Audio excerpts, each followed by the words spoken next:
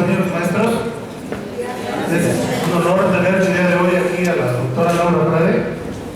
Nos va a dictar una conferencia acerca de planeación argumentada. Me voy a permitir presentarles a la doctora. Yo sé que muchos ya la conocen, ya la han leído. La doctora Laura Frade nació en Río de Janeiro, Brasil, siendo hija de padres mexicanos. Es mexicana por nacimiento. Ha vivido toda su vida en México. Estudió la licenciatura en Pedagogía en la Normal Superior Nueva Galicia en Guadalajara. Hizo una maestría en Ciencias Políticas y Economía Mundial y un doctorado en Educación en la Atlantic International University de Miami, Florida. Obtuvo la mención honorífica en cada una de estas especialidades y grados. Durante muchos años trabajó con los indígenas de la Sierra Tarahumara en la realización de diversos proyectos educativos y productivos de salud y de desarrollo social como maestra, tanto en escuelas como con la población abierta. Impulsó procesos de alfabetización con adultos, jóvenes, niños y niñas y promovió proyectos con las mujeres indígenas para impulsar su empoderamiento y la superación de las barreras de género. Ha participado en varias investigaciones internacionales en los ámbitos de educación, salud y desarrollo social y los financiamientos del Banco Mundial y el Banco Interamericano de Desarrollo, con el apoyo de agencias internacionales como la Fundación Ford, Fundación MacArthur, Novi, Holanda, Oxfam América, Oxfam Internacional, Turner Foundation, Naciones Unidas y otras instituciones de prestigio. Es autora de varios libros y artículos, entre ellos Cartilla de Alfabetización para las Mujeres Indígenas Tarahumaras, Globalización Económica e Internacionalización del Estado, Impactos de Género en los Desarrollos del Préstamo del Banco Mundial y del Banco Interamericano de Desarrollo, Déficit de Atención e Hiperactividad, Fundamentos y Estrategias en el Salón de Clases, Desarrollo de Competencias en Educación Básica desde preescolar hasta secundaria y en su segunda versión, Desarrollo de Competencias en Educación desde preescolar hasta bachillerato, Planeación por competencias, Evaluación por competencias, Desarrollo de competencias lectoras y obstáculos que se presentan, Diseño de situaciones didácticas, Elaboración de rúbricas, Metacognición y aprendizaje, Elaboración de exámenes, Competencias en el aula, Competencias en educación especial e inclusión educativa, Aprender desde el cerebro, Enfoques para la enseñanza de la lectoescritura en el siglo XXI, Estrategias efectivas para el aprendizaje del aula, y muchos otros artículos publicados por varias revistas y universidades a nivel nacional e internacional. Ha investigado por más de 10 años la capacidad para educar como una más de las inteligencias múltiples, estableciendo con esto que existe otra más de las 8 mencionadas por Howard Gardner, quien además así se lo reconoció. Los resultados de sus investigaciones han sido publicados en su libro Inteligencia Educativa, que define las competencias docentes desde una perspectiva sociohistórica y cultural, así como las acciones para su desarrollo. Entre sus trabajos más recientes se encuentra la construcción de una nueva teoría de aprendizaje, tomando como base la explicación neurocientífica sobre cómo se genera esto, cómo se potencializa y qué capacidades se deben desarrollar en el aula. Ha desarrollado procesos de capacitación, asesoría, actualización y evaluación en más de 300 escuelas y universidades del país sobre diversos temas, entre ellos internacionalización del Estado, economía, género, educación, diseño curricular y los nuevos paradigmas en el desarrollo de competencias. Ha apoyado el diseño y ejecución de diversos proyectos con editoriales Patria, McGraw-Hill, GES, con los gobiernos estatales de Michoacán, Guerrero, Estado de México, Morelos, Chihuahua, Yucatán, algunos departamentos del gobierno federal, particularmente en la SEP, el Instituto Politécnico Nacional, la Universidad Autónoma de Guanajuato, la Universidad Iberoamericana, la Universidad de Anáhuac, varias normales del país y otras fundaciones tanto nacionales como extranjeras. Además, trabajó en el diseño de los procesos de actualización y capacitación del Instituto Telmex, que atiende a los 50,000 empleados que tiene la institución en todos los puestos de trabajo. Ha dado conferencias sobre temas relacionados a la economía y la educación en más de 20 ciudades del mundo, entre ellas Guatemala, El Salvador, Panamá, Venezuela, Bogotá, Colombia, Lima, Perú, Santiago de Chile, La Paz en Bolivia, Porto Alegre, Brasil, Kingston, Jamaica, Bahamas, Santo Domingo, Londres, París, Roma, Bruselas, Copenhague, Frankfurt, Berlín, Madrid, Bilbao, Bulgaria, Nueva York, Washington, Albuquerque, Seattle y múltiples ciudades de México. Fue galardonada con el Premio Nacional María Lavalle Urbina en el 2003, presea que se le entrega a las mujeres destacadas en el país en el ámbito de la economía, la educación, la cultura y las relaciones internacionales por la Secretaría de Relaciones Exteriores, la SEP, la UNAM, el IPN, CONACULTA y la Asociación Nacional de Mujeres Periodistas y la Asociación Nacional de Mujeres María Lavalle Urbina. Ha recibido 3 reconocimientos por parte de la Universidad de Cuautitlán Izcalli, el doctorado honoris causa, el líder académico 2013 y el cargo de investigador emérito en el 2014. Actualmente se desempeña como consultora e investigadora en calidad educativa, Consultores SC, de la cual es miembro fundador y es reconocida por su amplia experiencia en el ámbito del diseño curricular e instruccional por competencias, género, economía y desarrollo, así como neuroeducación. Aparte de eso, gusta de la lectura, la música clásica y disfrutar del tiempo libre con su familia. Ella es la doctora Laura Fernández Rubio, para que pido un fuerte aplauso.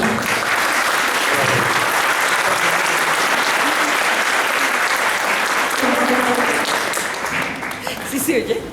¿Por qué no le das el otro? Sí, es que otra.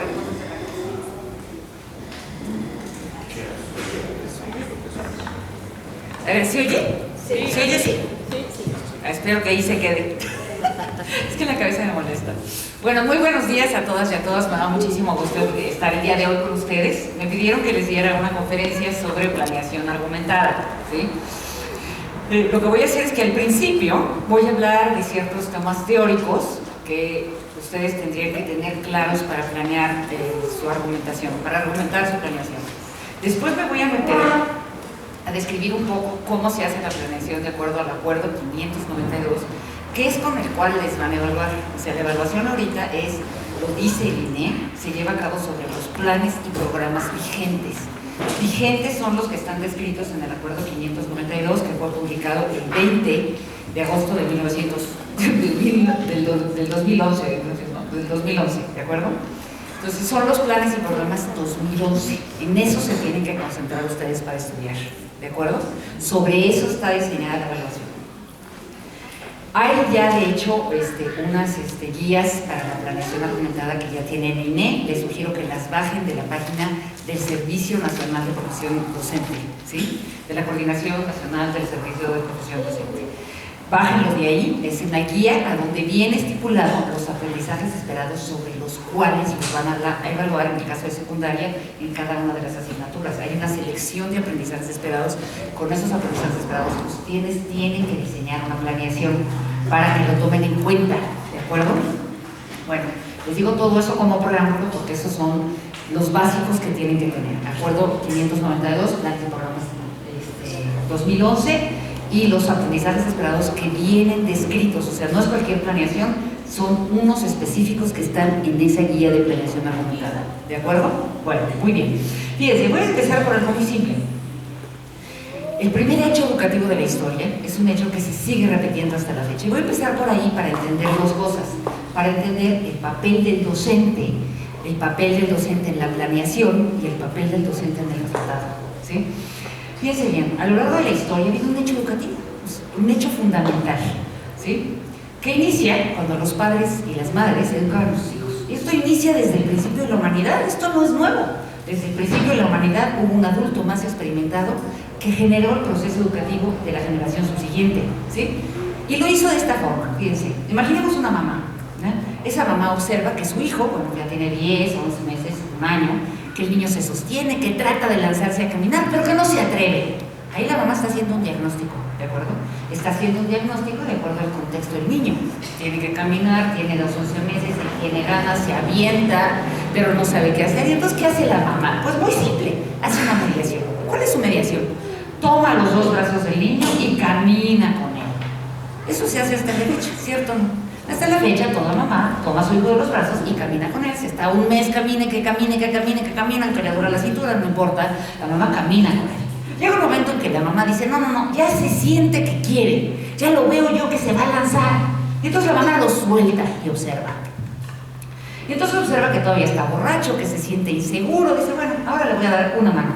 Entonces le da una mano. Y comienza a caminar con él con una sola mano. Y otra vez decide soltarlo para evaluar si ya la hizo.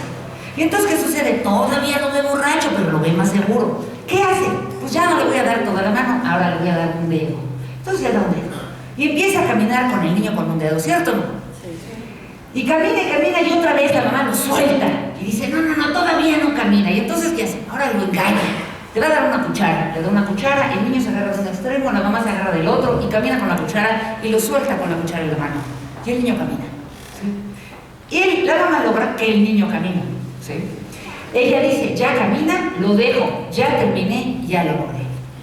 Fíjense que ese proceso que les escribí tiene una meta, que el niño camine, tiene un proceso a donde implica la intervención de un adulto, la mediación, ¿sí? Que es dar los dos brazos, dar una mano, dar el dedo, dar la cuchara, ¿sí? Y tiene un resultado, el niño caminó, ¿sí? Esto que les dije, ¿sí? Es lo que yo llamo el sistema educativo original. El sistema educativo original está compuesto por dos actores, el educando y el educador, que establecen una relación. El niño no hubiera podido caminar sin la relación que establece con la madre. La madre detecta un montón de cosas en el proceso. Para empezar, evaluó todo el tiempo, tuvo una meta, pero evaluó todo el tiempo hasta el final, ¿sí? Estos dos procesos son enseñar a aprender. El adulto hace algo y el niño hace otra cosa. Hay una relación entre enseñar y aprender, hay una relación entre el educando y el educador, ¿sí? ¿Cuál es el rol del educador? El educador establece una meta, ¿sí? Lleva a cabo una mediación, una intervención para que aprenda y evalúa que aprende. Y el niño logra la meta, genera los instrumentos, es decir, él se va apropiando de aquello que requiere aprender, en este caso fue para caminar, y emite un resultado que puede ser mejorable o no. Fíjense cómo el niño fue dando resultados y la mamá se fue metiendo en la medida en que ese resultado no le satisfizo. ¿Ok? Bueno, este sistema educativo original se caracteriza por tener dos estructuras, ¿sí? Dos estructuras que la madre tenía en sí misma, ¿sí? Una primera es la estructura conceptual. La meta, el proceso y el resultado están en la cabeza de la mamá. Ella tiene la meta, ella diseña la intervención y ella va observando lo que está en el proceso en el niño, ¿sí? Ella es el actor que lo realiza. Esa es la otra estructura, la estructura operativa. ¿Quién lo realiza? ¿Sí? Fíjense que el sistema educativo tiene siempre estas dos estructuras. La conceptual, ¿qué enseño? ¿Cómo enseño? ¿Para qué enseño? ¿Qué busco? Y la operativa, ¿quién lo hace? Este sistema original, en la medida en que la sociedad se fue complicando, cada vez fue más complicada, ¿sí? El actor principal, que eran los padres, comienza a delegar la autoridad educativa en otros. En un principio fueron los maestros, y cuando la sociedad dijo, bueno, pues ahora va a haber expertos en carpintería, en albañilería, en sembrar, pues entonces los padres dijeron, yo ya no te puedo enseñar eso, necesita otra persona experta. Entonces aparecen los maestros, y a partir de ahí aparecen las escuelas, los supervisores, los directores, la Secretaría de Educación Pública y la ODE, ¿sí? Fíjense cómo en la medida en que la sociedad se complica, ¿sí? La decisión sobre la estructura operativa se escapa del actor principal. Ya no son los padres y las madres que deciden qué aprenden sus hijos, ¿cierto o no? Pero tampoco los maestros.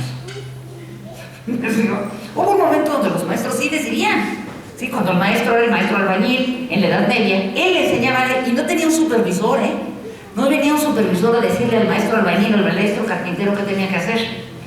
Sin embargo, les digo, la medida que la sociedad se diversifica, se complica. Los actores originales, ¿sí?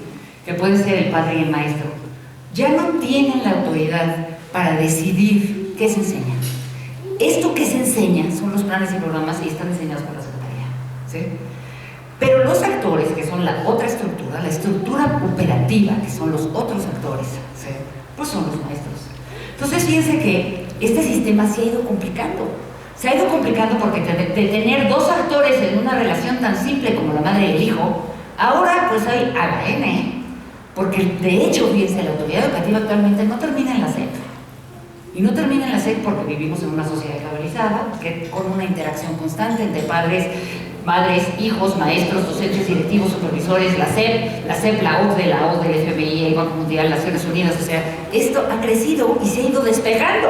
¿Me explico?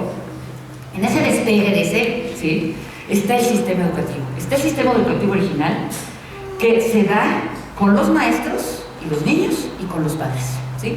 O sea, actualmente, fíjense, los maestros son parte de ese sistema educativo original. ¿Por qué? Porque son los que tienen contacto directo con los estudiantes. Ustedes tienen contacto directo con los estudiantes. No lo va a tener el supervisor, no lo va a tener el director, lo tienen los docentes. Son parte del sistema educativo original. ¿Sí? Este sistema educativo que tiene dos estructuras. Pero este sistema, fíjense, está en un contexto. El contexto, ¿sí?, es aquello a donde está el sistema. La comunidad, la localidad, con sus características, si es urbana, semiurbana, rural, formada por una familia parental, monoparental, extendida, padres, madres, abuelos, tíos en la misma casa, ¿sí?, en una comunidad que tiene acceso a los servicios. O sea, hay un contexto, ¿sí?, que está alrededor de ese sistema, ¿sí? Entonces, fíjense, ese sistema, ese contexto, pues básicamente es el contexto en el que está la comunidad. Yo les puedo decir que es un contexto que es local, sí, pero también es global. Ninguna comunidad de este país se escapa hoy de la globalización, ¿sí? Hoy podemos decir que el contexto de cualquier estudiante de este país es globalizante, es global y local al mismo tiempo. Simple y llanamente porque sí es cierto lo que dice el anuncio, ¿no? Telmex está en todas partes y Telcel también. Y desde el momento en que alguien tiene acceso a un celular, tiene acceso a la pornografía, ¿sí? Entonces, cuando dicen, no, es que eso está fuera de su contexto, miren, yo he estado casi en 24 estados del país. He visto cómo los mayas traen celular y he visto cómo los tarahumares traen celular. Y también he visto que usan la pornografía. Fíjense. Entonces, y está en el celular, ¿eh? Entonces, el asunto de que esto es local y lo local ya nada más es mi casita no existe, ¿sí? Toda comunidad actual vive en un contexto que es localizante, es global y local al mismo tiempo. Y eso hay que entenderlo. Me acuerdo muchísimo de una comunidad que yo fui en Michoacán, a donde de repente veo uno de los muchachos y digo, ¿qué es esto? O sea, salía de todo, ¿no? O sea, un chavo que traía rastas, ¿no? De estas como usan los afroamericanos en Estados Unidos, tatuado, con arete, ¿no? Yo decía, bueno, ¿y este? Ah, me dice, es que esos son de los que emigraron, que regresó a la migra, ¿no? Y hace ver lo que implica su llegada en la comunidad. Porque claro que todos los chavos se ven impactados por el chavo que llega con rastas, tatuaje, arete, tenis, la grabadora en mano, ¿sí?, pasearse por todo el pueblo, ¿ok? Entonces, ninguna comunidad es libre de este aspecto globalizante. Hoy el contexto es global y local al mismo tiempo, ¿sí? En ese contexto es una escuela. Esa escuela también es un contexto. Esa escuela tiene o no tiene computadoras, tiene o no agua, tiene o no baños, tiene muchos alumnos o no tiene muchos alumnos, ¿ok? Entonces, fíjense, cuando hablamos del contexto, estamos hablando de todo esto. Ese contexto entonces tiene dos clasificaciones. Uno que es socioeconómico y cultural, que implica la estructura familiar, el nivel educativo de los padres, la economía de la comunidad, de que viven, si son urbanos, agrícolas, semiurbanos, indígenas, las condiciones laborales, los servicios a los que acceden, el tipo de servicios, si hay agua, luz, teléfono, electricidad, acceso al Telcel, las características comunitarias, bueno. Pero también está el contexto escolar, que yo les decía, cómo es la escuela, sí, con qué modalidad, si tiene turnos vespertino, matutino, si la ubicación es rural, indígena o urbana, el nivel educativo que tiene la escuela, si es preescolar, primaria, secundaria, si son todos al mismo tiempo, como lo son las escuelas particulares, las condiciones físicas de la escuela, si está en buenas condiciones, o es de palitos, ¿verdad? Hay escuelas de palitos en este país, ¿es cierto? ¿Sí? Y los recursos disponibles, ¿qué es lo que tiene la escuela? ¿De acuerdo? Bueno, por favor, quítenme el foco porque el foco me molesta mucho. Bueno, fíjense bien, este contexto, ¿sí?, tiene un rol en el proceso educativo. Y aquí la pregunta es, a ver, ¿el contexto limita, condiciona, conforma, es parte del sistema? Vamos a ver cuál es el rol del contexto. Fíjense, hoy sabemos, por la teoría de los sistemas, que el contexto, es decir, el contorno, el medio en el cual se forma un sistema, no es parte del sistema, ¿sí? Lo forma, sí, lo conforma, sí, pero no es parte. Eso hay que tenerlo clarísimo. Les voy a poner un ejemplo tan simple como el cuerpo humano. Este medio que está aquí afuera no es parte de mí, pero me afecta. Si hace calor, pues tengo calor, ¿no? Si hace frío, pues tengo frío. ¿Se afecta mi sistema por el medio externo? Sí, pero no es parte. Eso hay que tenerlo clarísimo. ¿Por qué hay que tenerlo clarísimo? Porque el contexto, si bien no es parte del sistema, impacta al sistema, pero el sistema también impacta el contexto. Eso hay que tenerlo también muy claro. Es una relación de dos, es de aquí para acá. El sistema me puede dar, el ambiente me puede dar calor, sí, yo puedo transformar eso, nada más le pongo un aire acondicionado, ¿ok? Entonces todos los seres humanos podemos transformar el sistema, también el sistema y el medio, pues. Entonces, les digo todo esto, porque normalmente vemos el contexto como el obstáculo para trabajar, ¿sí? Y entonces cuando argumentamos nuestra planeación, ¿sí?, siempre partimos de que el contexto nos limita. El primer asunto que les pide la planeación argumentada es establecer el contexto sociocultural de su comunidad y el contexto escolar. Es lo primero que tienen que hacer. Toda planeación emana de observar en dónde se encuentra el estudiante, quién es y cómo es, ¿sí?, cómo vive. Pero entonces cuando los maestros lo ven, se los digo porque ya he estado haciendo ejercicios de planeaciones argumentadas, y lo que me ha sorprendido es encontrar que los maestros ponen el contexto como obstáculo. Como está este contexto tan frito, pues yo no puedo trabajar, ¿sí? Y ya, se acabó. O sea, no tengo computadoras, mi escuela es de palitos, no sirve, no funciona, ¿sí? Bueno, si hacen eso los van a tardar. Porque la primera premisa es observar que el sistema puede modificar el contexto, ¿sí? La educación siempre ha transformado el contexto, y eso hay que tenerlo clarísimo. No es solamente que el contexto impacte al sistema, sino el sistema impacta al contexto, ¿sí? Entonces ustedes tienen que pensar cómo su sistema educativo trabaja con el contexto, transforma el contexto, ¿sí? Fíjense, el sistema se va a formar en el contexto, en respuesta al mismo sí.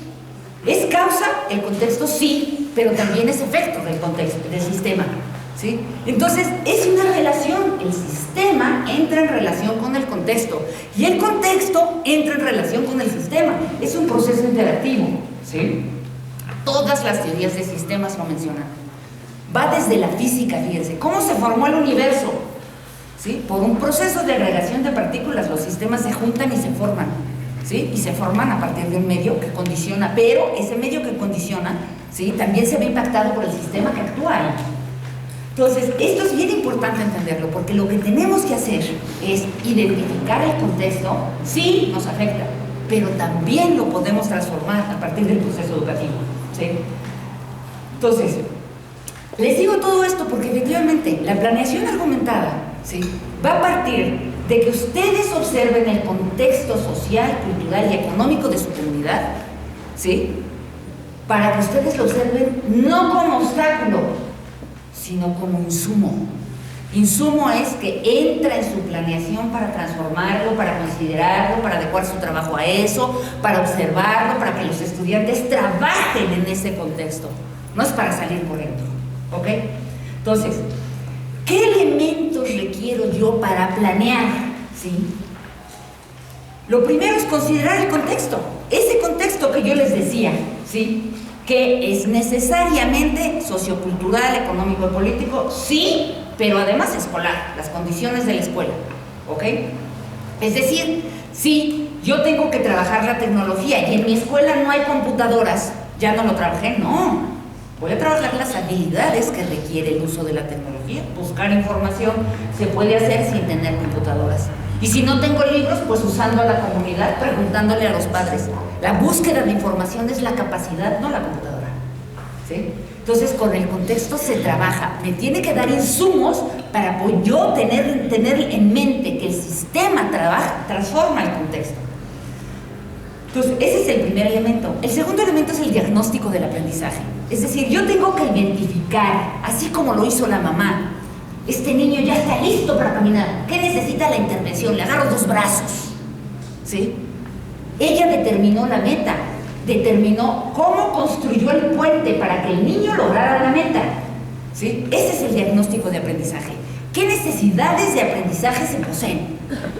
¿Sí? Y de eso emerge además el establecimiento de cómo es ese estudiante que está sobre mí. Ok, ya conocí su contexto, ya conocí dónde vive, su familia, su comunidad, ya conocí el contexto de la escuela, ya identifiqué qué necesita aprender, ¿sí? Eso que necesita aprender es parte de un sujeto. Yo tengo frente a mí a un niño o una niña de una edad determinada, con unos gustos determinados, con unos estilos de aprendizaje. O sea, tengo que compenetrarme en esa persona. No todos los niños son iguales. No todos dependen del contexto, ¿eh? O sea, el contexto puede ser una cosa, pero los niños actuales hacen otra. ¿Por qué? Porque tienen acceso a lo que se les dé la gana, ¿sí? Entonces, aquí tenemos que visualizar, bueno, ¿cómo es ese niño? ¿Qué gustos, qué preferencias, qué intereses y qué motivaciones tiene? ¿Cómo voy a detectar estos elementos?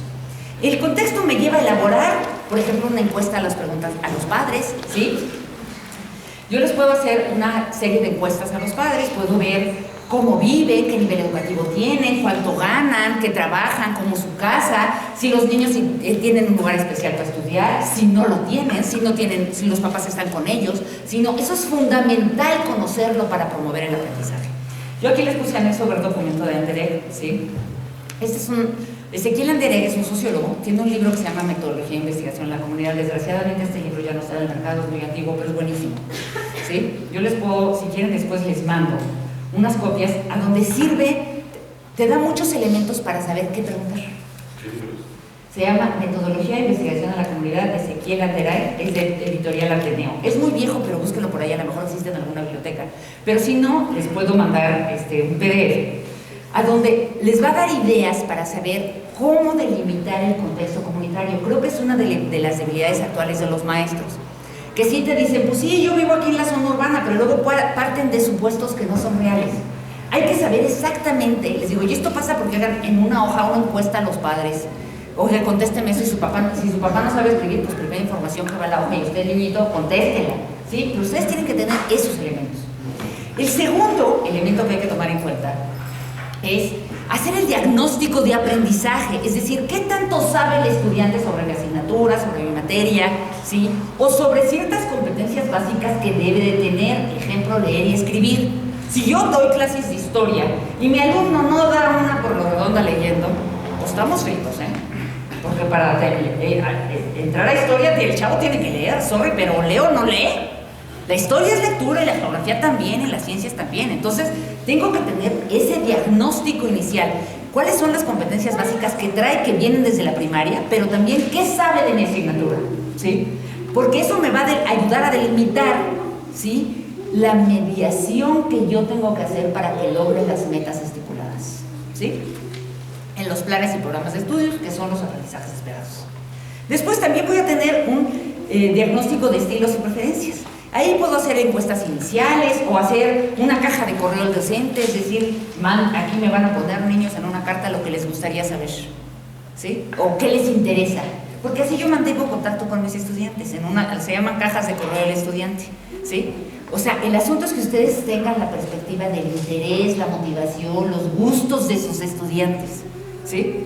Porque si no lo tienen, no pueden hacer clases interesantes. Ahorita vamos a ver. Entonces, fíjense, estos tres elementos son básicos para hacer una planeación. Dentro de la planeación documentada, ustedes tienen que empezar a escribirla por ahí. ¿Cuál es el contexto de mis alumnos? ¿Dónde viven? ¿Quiénes son? ¿Qué les gusta? Sus intereses y motivaciones. ¿Y qué necesitan aprender para lograr las metas propuestas en los planes y programas?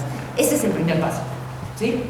Esto implica, fíjense, observar que si nosotros decimos que el sistema educativo original tiene dos estructuras, una estructura operativa con actores que participan y una estructura conceptual donde hay planes y programas, metas y procesos de resultados, pues fíjense, ¿qué es lo que vamos a hacer? Pues hay unas metas a lograr, que en este caso son las competencias, ¿sí?, que un sujeto, que es el estudiante, tiene que lograr.